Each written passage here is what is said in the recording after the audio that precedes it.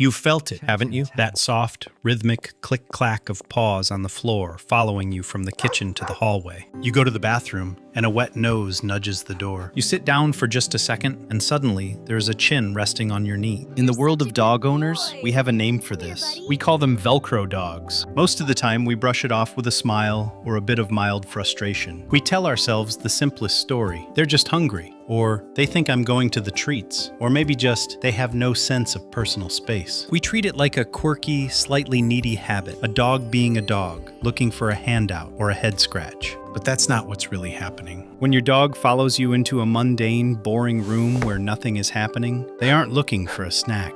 They are practicing something much deeper, something psychologists call the secure base effect. Imagine for a second that the world, to a dog, is a place of constant sensory overload, loud noises, strange smells, and unpredictable changes. In that chaotic world, you aren't just a provider of kibble. To your dog, you are the literal center of gravity. Imagine a golden, glowing thread. It doesn't just connect your hand to their collar, it connects your heartbeat to their sense of reality. When you move, their safe base moves. If they aren't near you, the world becomes a bit more blurry, a bit more uncertain. They aren't following you because they are clingy. They are following you because, in their mind, you are the only thing that makes the rest of the world make sense. This isn't just about affection. It's about a biological necessity for proximity that mirrors the bond between a human toddler and their parent. When you walk into the kitchen to grab a glass of water, you're just thirsty. But to them, you are the sun shifting in the sky, and they are simply staying in the light. But that's only the surface. The real reason they watch your every move is wired even deeper into their DNA than you think. Think about the last time a loud truck rumbled past your window, or a heavy book dropped in another room. Your dog's ears prick up, their body tenses, but where do their eyes go? They don't look at the window. They don't look at the book. They look at you. Most of us think this is just curiosity, or perhaps they're waiting for us to tell them to be quiet. We assume they are just checking to see if we heard it too. But the truth is much more profound. In canine psychology,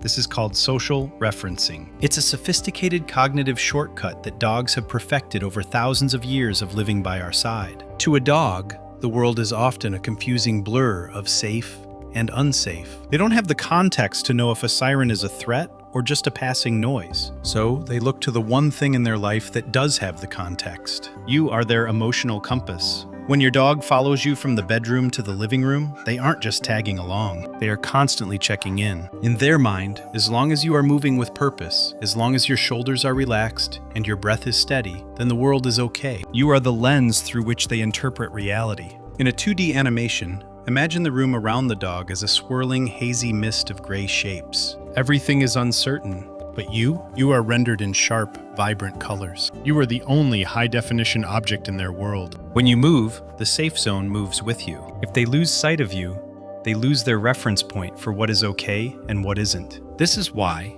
even if you're just walking to the fridge to get a glass of milk, your dog is right there. They aren't waiting for the milk. They are staying close to the person who tells them, without saying a word, that they are safe. And this leads to a biological synchronization that most owners never even notice. Imagine it's the end of a long, exhausting day. You finally collapse onto the sofa, letting out a heavy sigh as you kick off your shoes. Within seconds, you feel a familiar weight. Your dog hasn't just followed you into the room. They've pressed their flank against your shin or rested their heavy head right on your feet. We often look down and think they're just looking for a warm spot, or they just want a belly rub. It feels like a simple physical request for comfort, but what's happening beneath the surface is a profound biological miracle.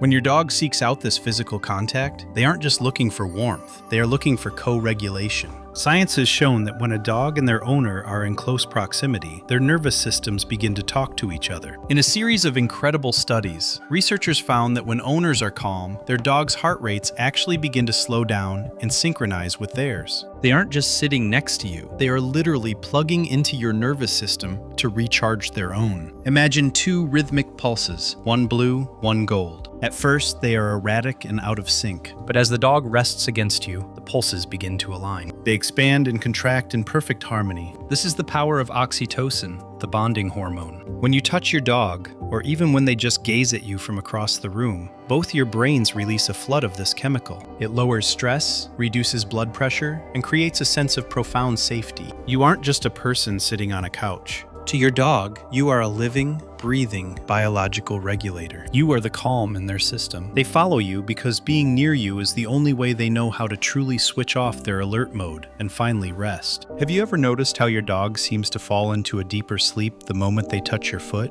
That's not a coincidence. That's trust in its most primal biological form. But there is a darker side to this bond, a weight to this connection that every owner needs to understand before it's too late. But there is a weight to being someone's entire world. Have you ever noticed how the mood in the house shifts the moment you reach for your keys? Or when you put on your outside shoes? Suddenly that gentle, curious shadow following you from room to room changes. The tail stops wagging. The eyes grow wide. Sometimes they even try to physically block the door, leaning their weight against your legs. Most people look at this and think, oh, they're just being dramatic, or they're upset because they aren't getting a walk. We treat it like a temper tantrum or a sign of a spoiled dog. But this is where the science takes a heartbreaking turn. If you are your dog's only source of safety, their only way to regulate their nervous system, then your departure isn't just a goodbye. To them, it feels like the floor is being pulled out from under their paws. When that safe base we talked about disappears, their brain doesn't just feel lonely, it goes into a state of physiological crisis. In canine biology, this triggers a massive spike in cortisol, the stress hormone. Without you there to buffer the world, their heart rate climbs, and their sense of time distorts.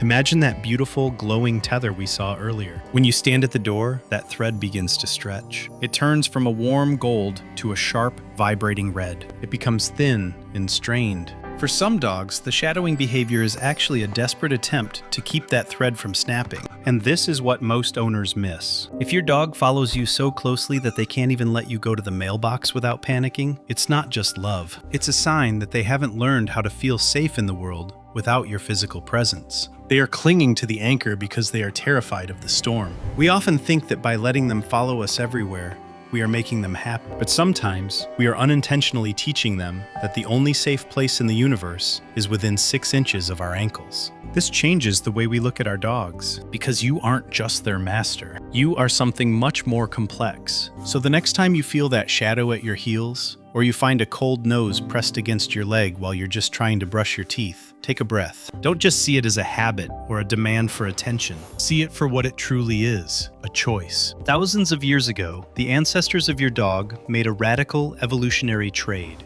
They walked away from the freedom of the wild, where they relied only on their own instincts, and they walked toward us. But they didn't just trade hunting for kibble. They traded self-reliance for a profound, soul-deep connection. They decided that safety was no longer a hidden den or a silent forest. They decided that safety was a person. In a 2D animation, imagine the walls of your house slowly fading into transparency. The roof disappears, the furniture vanishes, and the floor melts away until there is nothing left but a vast, dark void. And in the middle of that void, there is you, standing in a warm, golden circle of light. Your dog isn't looking at the house. They are standing right there, in the center of that light, with you. This is the ultimate psychological truth. To your dog, home isn't an address. It isn't the 4 walls you pay a mortgage for, or the backyard where they run. To them, home is wherever you are standing. When they follow you from room to room, they aren't just moving through a house. They are staying within the boundaries of their world. You are their reference point, their biological regulator, and their safest place on Earth. You don't just occupy a space in their life, you are the space in which their life happens. Look at your dog right now. If they are lying at your feet or watching you from across the room, they aren't just waiting. They are resting in the only place in the universe where they feel truly whole. Because it was never just about the walk, or the treats, or the click-clack of paws on the floor. It was always about the fact that, in a world that is too loud and too fast, you are the only thing that feels like peace.